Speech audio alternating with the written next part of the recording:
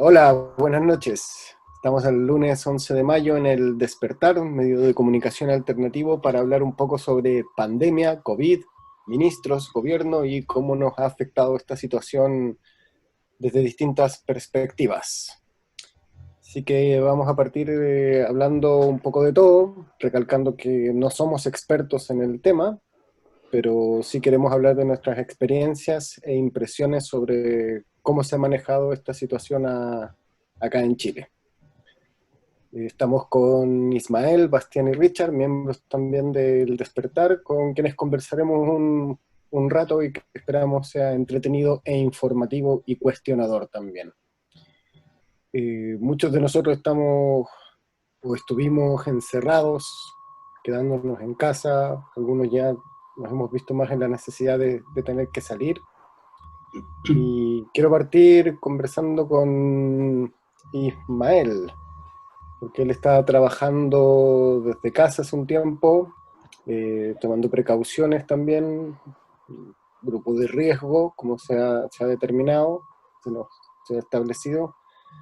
Un poco que nos comente cuál es su experiencia en esta cuarentena, cómo es el teletrabajo y cómo ve las medidas de este gobierno.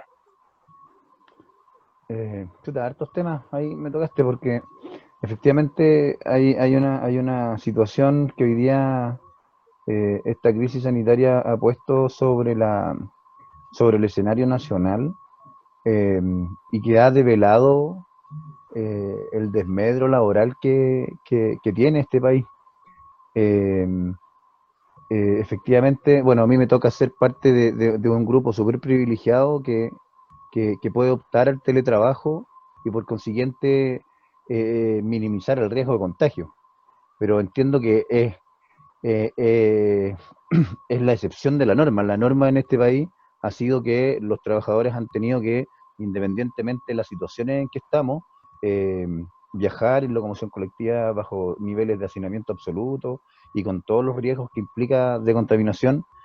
eh, y por tanto, me considero parte de un grupo privilegiado que ha tenido la posibilidad. Yo estoy en cuarentena, o sea, no sé si cuarentena es el concepto, estoy en teletrabajo desde el 17 de marzo. Eh, en estos casi 2 meses he ido a la oficina 3 veces. Entonces, evidentemente, es una situación bastante privilegiada que tengo. Y eso tiene que ver con, bueno, por dos elementos básicos, yo creo. Uno, soy funcionario público, trabajo en la Municipalidad del Monte. Y dos, claro, soy sujeto de riesgo en términos de que soy hipertenso y tengo problemas pulmonares. Entonces, esas dos situaciones hacen que tenga esta condición. Pero obviamente no es la situación que se da en Chile. De hecho, eh, mis compañeros de trabajo, que también funcionarios públicos, se ven en la situación de estar en alto riesgo. La municipalidad, ustedes entienden que trabaja atendiendo público, ¿no? Entonces, la relación con la ciudadanía es directa. Eh, Además, la Dideco, por ejemplo, que es la Dirección de Desarrollo Comunitario, atiende público y trabaja con la población más vulnerable, que es justamente la población que tiene más riesgo en este país, porque lo vamos a ir desarrollando en el camino, pero ahí nos vamos a ir dando cuenta que en realidad quienes están más vulnerables a esta enfermedad es justamente la gente más desposeída, la gente de menor recursos. Entonces, todas esas situaciones van dando cuenta de que la pandemia nos ha develado una situación eh, de desigualdad social y de crisis social eh, enorme. Y en ese sentido, considerando que nosotros estamos alejados de Santiago, vivimos o trabajamos en comunas que no son el foco de atención, que históricamente han sido un poco marginadas por el gobierno central, con muchos problemas también de manejo local por parte de los gobiernos locales. Eh, ¿Cómo comparamos eso con, por ejemplo, estar en una posible cuarentena? ¿Se debería haber implementado una cuarentena total para la región como para la provincia desde el comienzo? Mira, yo creo que aquí hay una situación que es bastante complicada con ese tema, porque nosotros, si bien es cierto, tenemos esa condición de abandono desde siempre, esta lógica de la separación entre lo urbano y lo rural, que ha ido como decretando la condena a la pobreza de las comunas periféricas del Gran Santiago. Eh, Tenemos en esta situación de pandemia una condición que yo creo que es una condición de ventaja. En Santiago, por ejemplo, decretan cuarentena en Santiago, no decretan cuarentena en la estación central, y la distancia entre estación central y Santiago es una calle. O sea, tú pasáis por la vereda al frente y estáis en cuarentena, y pasáis por esta otra vereda y no estáis en cuarentena. ¿Cachai? Nosotros, a la diferencia, tenemos, la conurbación todavía no nos ha llegado, entonces tenemos distancias territoriales que nos permiten estar separados de aquellos que están en cuarentena. Y por eso es que la situación de nuestra tiene que ver no con la situación más local, sino que tiene que ver con que somos población, somos comunas dormitorio, entonces estamos obligados a viajar a otras comunas a trabajar. La gran mayoría de las peñaflorinas, de los peñaflorinos, tienen que viajar a Santiago o a otras comunas de este gran Santiago, que están en cuarentena, pero que los de aquí tienen que ir para allá y se contagian igual. Eh, y por otro lado, evidentemente, y ahí después voy a meterme en ese rollo más adelante, que tiene que ver con la decisión política de este gobierno de administrar la enfermedad o la pandemia sin tratar de evitar la pandemia. Me explico. Este gobierno lo que está haciendo es, eh, a la medida que vayan generándose casos desde una perspectiva de incontrolabilidad, están decretando cuarentena. No están decretando una cuarentena preventiva, por ejemplo, para evitar contagio, sino que la decretan cuando ya los contagios están descontrolados.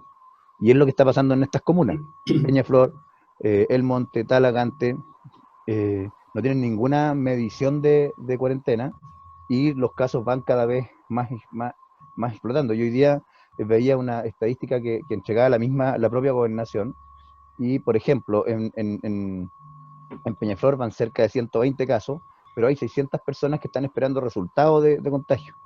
Es decir, potencialmente tendríamos cerca de 800 personas contagiadas. ¿Cachai? En el Monte hay 30 contagiados, pero hay 90 personas que están esperando resultados de contagio, por tanto hoy tendríamos 120 contagiados, potencialmente. ¿Cachai? Entonces, esos son los Y manejos administrativos que hace el gobierno para quitarle peso a esta enfermedad. ahí hay otro tema, porque claro, hay un tema con los test, hay un tema con este llamado a la nueva normalidad, al relajo de ciertas medidas también, y a mucha improvisación que se da a entender. Nosotros en Peñaflor vemos, si uno sale, o le toca salir y ve, que prácticamente hay un desenvolvimiento más allá del uso de mascarilla, muy normal. Mm. O sea, en Peñaflor quizás no se ha tomado la conciencia necesaria, no se ha informado como debe ser. Eso se relaciona a todo lo que acabas de comentar. Yo les quería preguntar ahora a Bastián, a Richard, cómo ven ellos el tema de nuestra comuna, asociado justamente, y voy a tomar lo que tú terminaste de decir, al tema de los test. Claro, 120 casos con tantos en espera, pero también sabemos que hay test y sobre todo que no están en el foco de atención, que es Santiago como ciudad, que pasado un tiempo ya no funcionan. El test ya no es válido. Si pasa cierta cantidad de horas de día, entonces en estricto rigor nosotros en Peñaflor no sabemos cuántas personas tenemos contagiadas. Y sabemos sí que esto es potencial, que va creciendo. Son 120, pero pueden ser 1000. Pero Peñaflor actúa como si no pasara nada, entre comillas. ¿Cómo lo ven ustedes, muchachos? Yo la verdad, Miguel, escucha, pertenezco a esa normalidad de nuestra comuna que viaja hacia distintos lugares respecto al trabajo. No, yo sigo trabajando de la misma forma como ha sido en el tiempo hacia atrás, ¿cachai? Entonces, veo también cómo las micros van llenas, cómo esa normalidad y de nuestra gente, un poco por su complicación de Luca, un poco de no tener los recursos, porque si le entra la cuarentena, se va a ver muy desamparado, se va a ver con pocos recursos para pagar, por ejemplo, las necesidades básicas, el alimento. Entonces se ve la obligación de seguir trabajando, de seguir movilizándose en la locomoción colectiva, ni siquiera un tema de tener su propio transporte, sino que está mucho más expuesta a esta pandemia y a este virus. O sea, eh, yo lo veo a diario, todos los días trabajando de la misma forma, en Maipú, otra comuna que tampoco tiene cuarentena, como la gente sigue en sus labores habituales, no hay ninguna, eh, si bien es cierto, tenemos un poco de resguardo usando nuestro implementos de seguridad, mascarilla, guante en algunos casos, todo sigue tal cual. O sea, y frente a eso, el gobierno no ha decretado una cuarentena total que a lo mejor nos podría un poco bajar los contagios dentro de estas comunas que seguimos trabajando día a día. ¿Cachai? Entonces, eh, también creo que el gobierno nos ha dejado un poco desamparados respecto a qué pasa si en estas comunas de la periferia, en este caso, en nuestras comunas, entran en cuarentena. O sea, los seguros de cesantía, muchas veces bajos respecto a los sueldos miserables que se pagan hoy en día, no le alcanzaría tampoco a nuestra gente como para sustentar un poco, como te decía, las necesidades básicas de nuestro hogar. Entonces también hay un foco ahí donde el gobierno, el Estado, nos ha dejado un poco de lado. O sea, no se ha preocupado verdaderamente de nuestra familia. Eso creo. Bueno, yo lo veo como que, a ver, esto nos viene a enrostrar otra vez la cara, que nosotros somos como una dormitorio, somos como una alejada, somos una comuna que solamente tiene gente obrera, tiene mano de obra, no tiene otra cosa. De partida, el tema de que la gente tenga que trasladarse a Santiago ya le da una sensación de que somos como una comuna afuera, no somos Santiago, no estamos dentro de la orbe, entonces a la gente le da, entiende que acá no es tan complicado porque en Santiago hay más gente, es el foco, pero en las zonas periféricas como nosotros, no ha llegado tan de cerca el tener hospitales que estén colapsados con casos, no tenemos el caso de tener a mucha gente que esté, o sea, no sabemos realmente quién está contagiado, pero no tenemos esos casos más de cerca, entonces la gente tiende a entenderlo mal.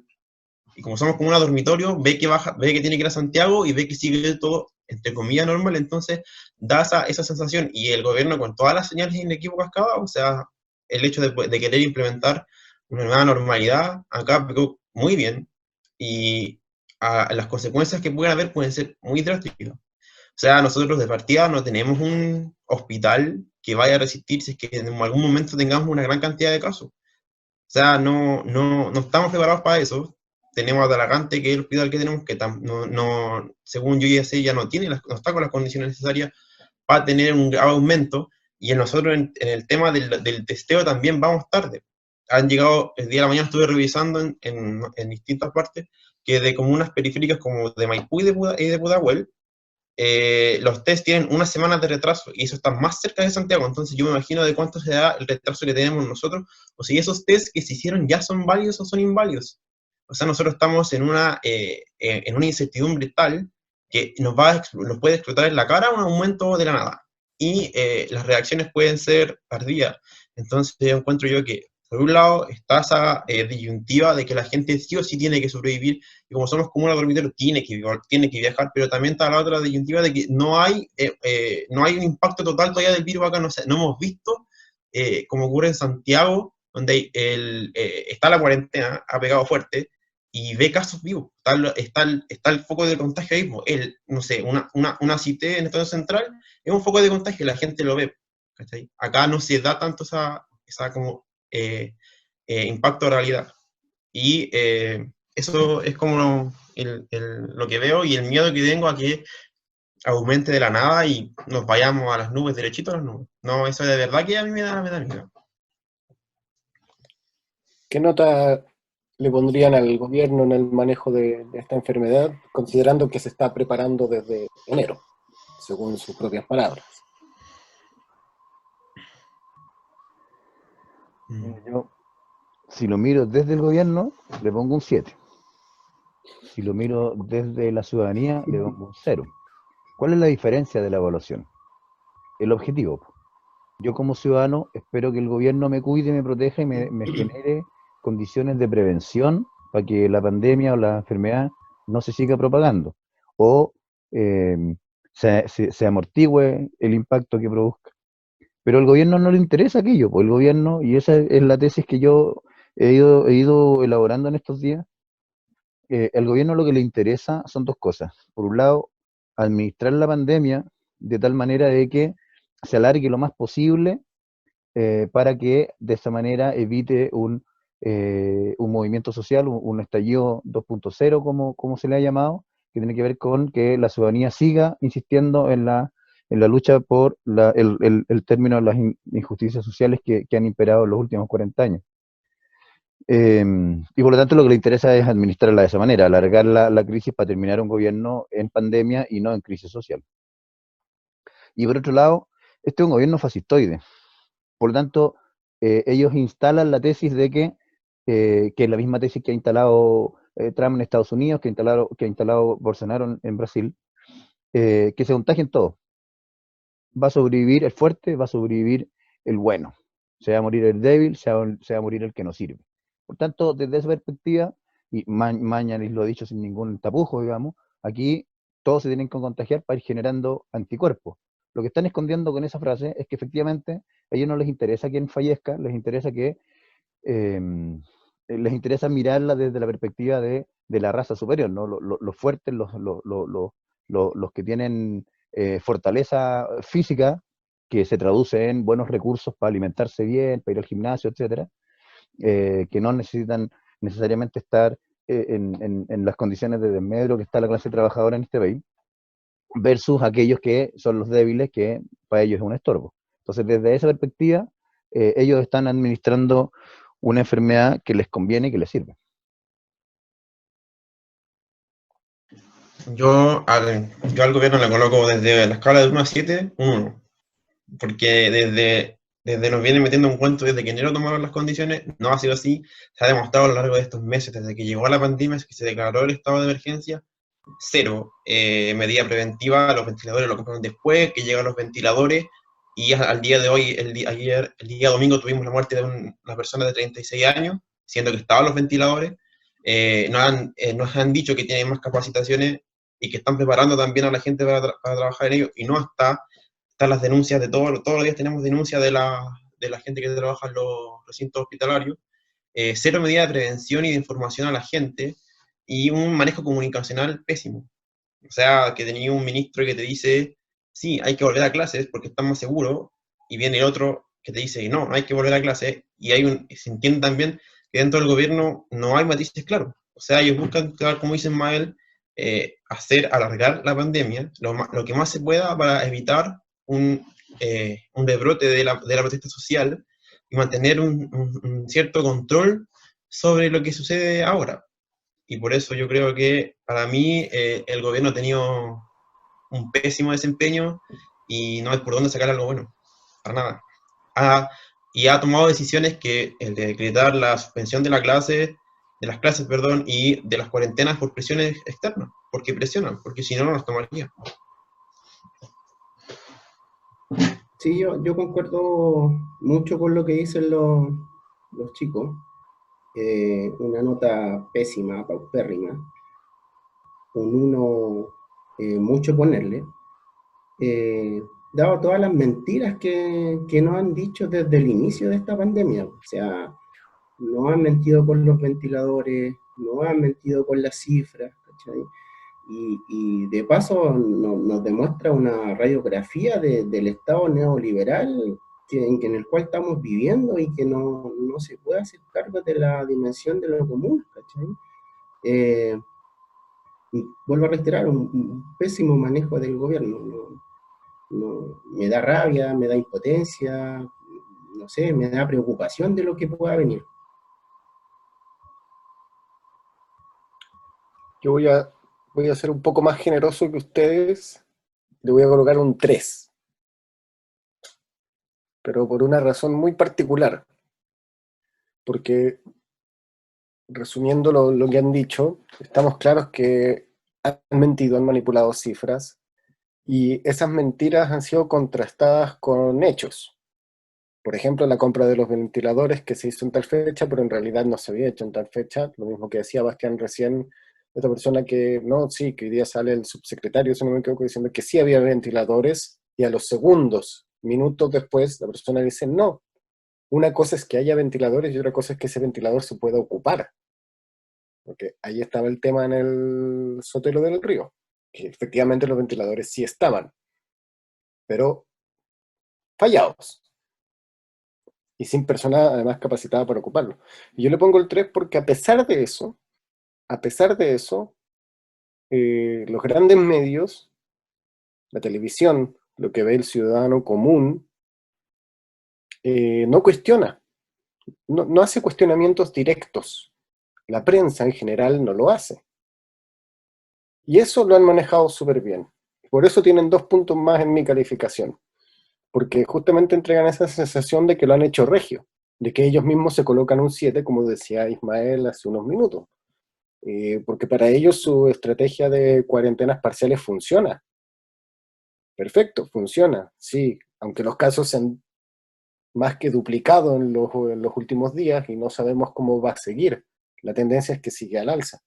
Entonces, hablemos un poco también de cómo funcionan y cómo están al servicio de este gobierno los medios tradicionales de comunicación, que no son capaces de cuestionar in situ en una conferencia de prensa a una entidad representada por distintas personas, el ministro Mañalich, eh, que puede hablar muy bonito, pero ¿es legítimo cuestionar las cifras que entrega Mañalich cuando en la pasada anterior, siendo ministro de Educación, en un decreto, se estipuló, después de una investigación, que falseó listas de espera? ¿Podemos confiar en un tipo así? Y ni hablemos del presidente, que tiene un largo prontuario a su haber, pero hablemos de quién está llevando esto a nombre del presidente, porque además, curiosamente, siempre que habla Mañalich, todo es por encargo del presidente, como si fuera la divinidad suprema que lo sabe todo.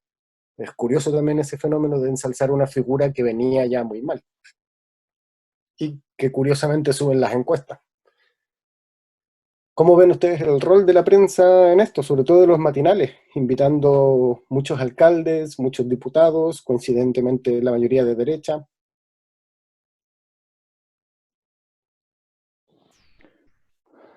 Sí, bueno, la prensa está cumpliendo su rol histórico. Si uno mira a lo largo de la historia de Chile al menos, la prensa siempre ha estado eh, al servicio del relato del que tiene el poder, independientemente de si ese relato tiene relación con la verdad o no. Para la prensa nacional, la prensa oficial, digamos, no toda la prensa, porque hay prensa alternativa, nosotros estamos haciendo un intento de ser prensa alternativa, hay prensa alternativa que investiga, eh, me están, investiga, genera un relato distinto, sin perjuicio de aquello. eh, la prensa hoy día está cumpliendo el rol histórico que ha tenido la prensa de ponerse al servicio del que está en el poder y no cuestionarlo, sino por el contrario, ensalzarlo. No es accidente que toda la prensa, los 4 canales nacionales de televisión abierta, eh, giren panelistas que presentan solo un relato. Presentan a los que defienden a la AFP, presentan a los que defienden la labor del Ministerio de Salud, presentan el discurso de aquellos que están defendiendo el status quo. Ese es el rol de hoy día de la prensa. Y en ese sentido, comparto con lo que dice Miguel, el gobierno ha sido astuto y ha sido súper eficiente. Es decir, ha logrado cuadrar, yo creo que no le fue muy difícil, cuadrar a esta prensa que dicho un bruto, a esta prensa la mebotas, digamos, que se pone al servicio de administrar el discurso oficial del poder nomás, independientemente de las consecuencias que eso tenga.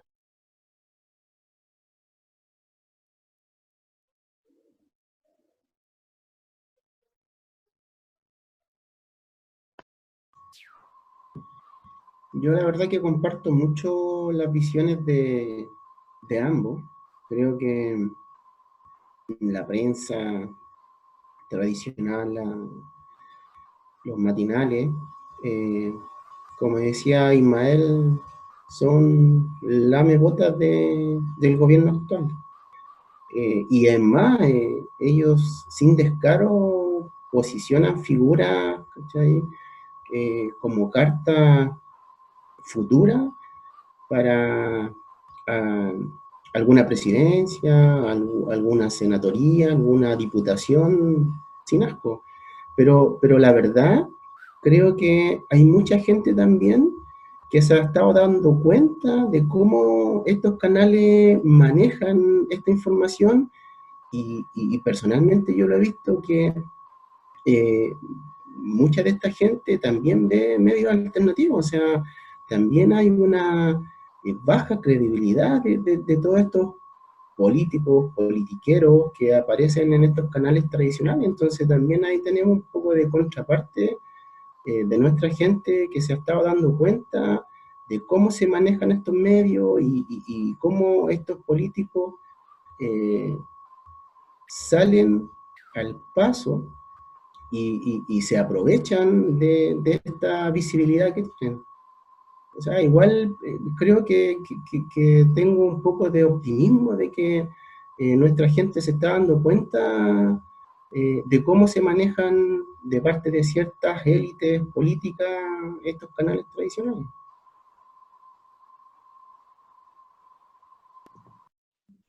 Yo concuerdo con Ismael.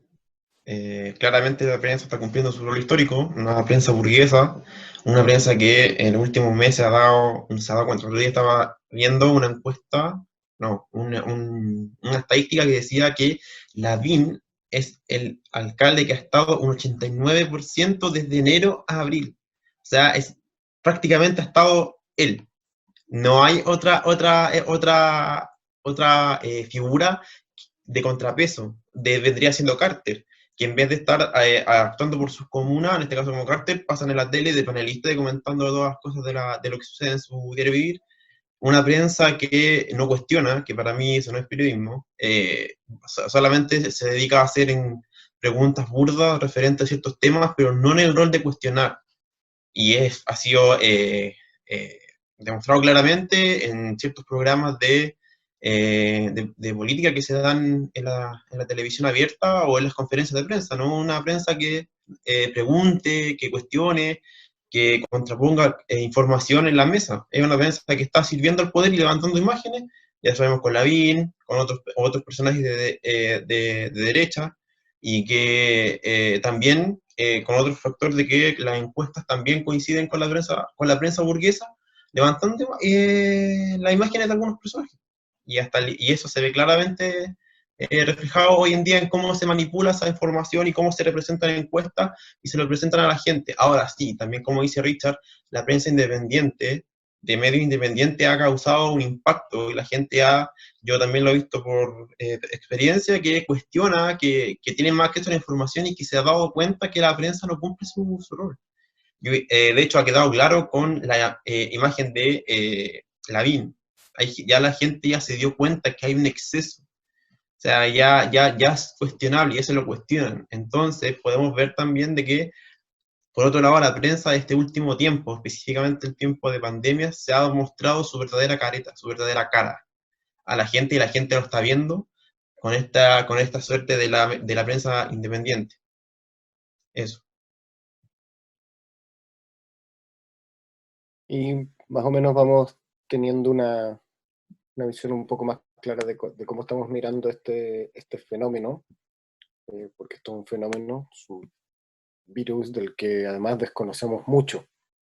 No tenemos tanta información. No tenemos tanta información como para, por ejemplo, entregar un carnet COVID, como se estuvo hablando largamente 2 a 3 semanas hasta terminar cancelándolo por razones un tanto difusas y que se habían advertido antes de que podía funcionar así. Y tenemos varios como tópicos relacionados a esta enfermedad que no auguran a futuro y todo creo que va a depender también de si se encuentra o no una vacuna, lo que eso va a significar también un cambio en cómo se miran las cosas. Pero todo indica por ahora que esto va para largo y que a Chile en particular lo va a pillar también en los meses más críticos, que son los meses ya del invierno más duro, que quizás ya no es el invierno lluvioso de antaño, pero sí de frío. Y sabemos lo que eso significa para muchas personas. En ese sentido no es muy esperanzador lo que se viene hacia adelante. Y se relaciona mucho con un país que en octubre se dio cuenta de que no era tan bacán como decía que era hacia el resto del mundo, y se tiene que conjugar con los cambios que la sociedad quiere.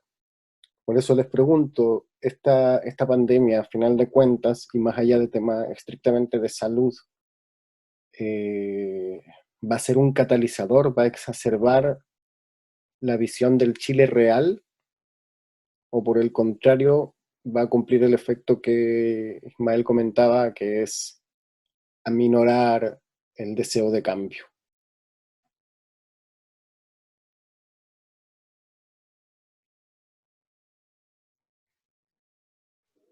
Está un poco compleja tu pregunta, porque la situación en la cual hoy día vivimos em, nos ha mostrado dos grandes escenarios. Por un lado, ha develado, como en algún minuto, bueno, lo hemos mencionado todos, ha develado las condiciones de desigualdad y de pobreza que vive mucha gente en este país. Ha develado cómo el modelo en conjunto, no solo este gobierno, el modelo en su conjunto está ideado, planeado y ejecutado para defender a los grandes empresarios en desmedro de las grandes clases trabajadoras, en todo ámbito de cosas, en todas las industrias. Eh, y lo que uno esperaría es que la reacción inmediata fuese de indignación, de repudio, de, de transformación, de salir a transformar esta situación. Sin embargo, si uno mira la realidad de nuestra población, es adversa a ese principio, po. Los sindicatos que tenemos son súper débiles, la gran mayoría de los trabajadores, de las trabajadoras, no son parte de ningún sindicato, por tanto, no están unidos para confrontar a este empresario que sí está unido. Eh, por consiguiente, tampoco tenemos enlaces orgánicos. Esta pandemia va a generar una crisis económica gigantesca. Eh, la cesantía que ya está generando, pero además que va a generar en un tiempo más, cuando, cuando las pymes, las mini pymes, empiecen a entrar en más crisis de lo que están hoy día, ¿no es cierto? Eh, y generen más desempleo, más cesantía, va a significar una crisis profunda. Y el Estado no da garantía de generar estructura que permita presentar salvavidas a esta situación de pobreza que va a entrar la gente. Eh, por consiguiente, la única alternativa que queda es la autogestión, la organización popular, ¿no es cierto? Es revolver a construir la orgánica social que existió en antaño, pero con una gran diferencia. Hoy día la galla normal, digamos, por darle un nombre que sería largo de explicar en este momento, eh, no tiene una claridad respecto de la problemática. Y te doy dos ejemplos. Se habló de que se iba a abrir el mall, ¿cachai? Y vimos miles de personas haciendo colas para entrar al mall. Es decir, hay una normalidad estructuralmente en la mente de de una normalidad, o sea, de un grupo de chilenas y chilenos que aspira, necesita, eh, echa de menos ir al mall, ¿cachai? Entonces ¿y va a ir al mall a qué? Va a ir al mall a seguir endeudándose y para seguir viviendo como esclavo. Entonces, esta pandemia, o la crisis social de octubre, esta pandemia que debiera generar todo lo opuesto, darse cuenta, puta, estamos para la cagá, nos tienen para la cagá, ha generado en una mayoría de población una situación eh, de que echan de menos aquello que nos ha condenado a la pobreza. Echan de menos el mole, echan de menos el látigo del patrón, en definitiva. Entonces esa situación hace complejo mirar que venga un estallido 2.0 potente, poderoso. Yo creo que estamos súper desmedrados y por eso que al gobierno le conviene que se alargue esta pandemia, porque mientras más larga sea, más desmedrados vamos a estar. Perfecto. Yo un poco para agregar lo que dice, o para complementar lo que dice el INMA, creo que también nos han hecho ver este tipo de normalidad, ¿cachai? Donde la gente, como decía Ismael, quiere volver a los malls, y también pongo sobre la mesa otra realidad, o sea, yo tengo compañeros de trabajo que están en cuarentena y las empresas sacan salvoconducto de la nada, o sea, tampoco hay una restricción de decir, oye, la gente que está en cuarentena total, po. La empresa no, se la arregla para sacar cuarentena y la gente también un poco por generar esos recursos que necesita para su hogar, vuelve al trabajo, o sea, arriesgando familia, arriesgando compañeros, arriesgando toda la integridad que se merece nuestras personas, ¿cachai? Eh, no sé, yo creo que soy un poco más optimista que el INMA y puede que también, por lo que he visto yo, se está generando un cierto malestar al complemento de lo que ya venía de la revuelta con respecto a cómo es el manejo que planteábamos antes del gobierno. Creo que por ahí yo creo que puede converger algo eh, de aquí, no sé, o sea, un par de meses, cuando pase toda esta cuestión, esta pandemia, que podría levantar algo. O sea, creo, no sé, me da el optimismo de poder creer también en que podemos levantar algo, podemos crear, juntarnos, reunirnos para que todo salga por un camino que nosotros queremos y hemos estado llevando hasta ahora.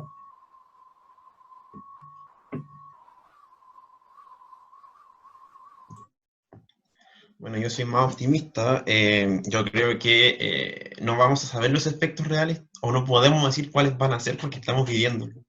Es impensado, aún no vivimos el pic de la enfermedad, no estamos en pos de un escenario muy, muy crítico y donde el modelo se ha demostrado de manera clara. Hay cierta ley específica. La ley de protección del empleo es en beneficio de las grandes empresas y la gente ha tenido que sobrevivir de su seguro de AFC. O sea, hemos visto que el Estado ha actuado en pos a lo que siempre es defender al empresariado, no al pueblo. Y eso ha generado cierta visión en la gente de lo que no era, le ha abierto un poco más los ojos y lo está viendo también de su diario vivir, en de que ya no le va a alcanzar para vivir lo básico, porque las empresas el Estado no va a ir a salvar a las pymes, sino que va a salvar a las grandes empresas y lo ha dejado claro. No va a ir en ayuda del pueblo o de la gente que viene más vulnerable, no va a ir en ayuda de ellos, sino que va a ir en ayuda de los que, como dice el Ismael, tienen más recursos. Si para ellos están. Para eso se generó todo y para eso están trabajando ellos. Entonces yo sí soy más optimista en que la gente va a tener una visión distinta y la está teniendo, y a medida que avance la pandemia y se coloque un poco más intensa, van a ir derrotando otros momentos. Y eso no lo vamos a saber bien hasta que lo vivamos. Entonces tengo una visión más positiva en el sentido de que sí va a generar algo en la sociedad, y se está notando bastante con las leyes que ha sacado y de los 2 meses ya que llevamos de pandemia, 2 meses ya yendo para los 3, y en los efectos que pueda tener. y son impensados. No sabemos todavía el efecto real. Lo que sí sabemos es que vamos a sufrir caleta.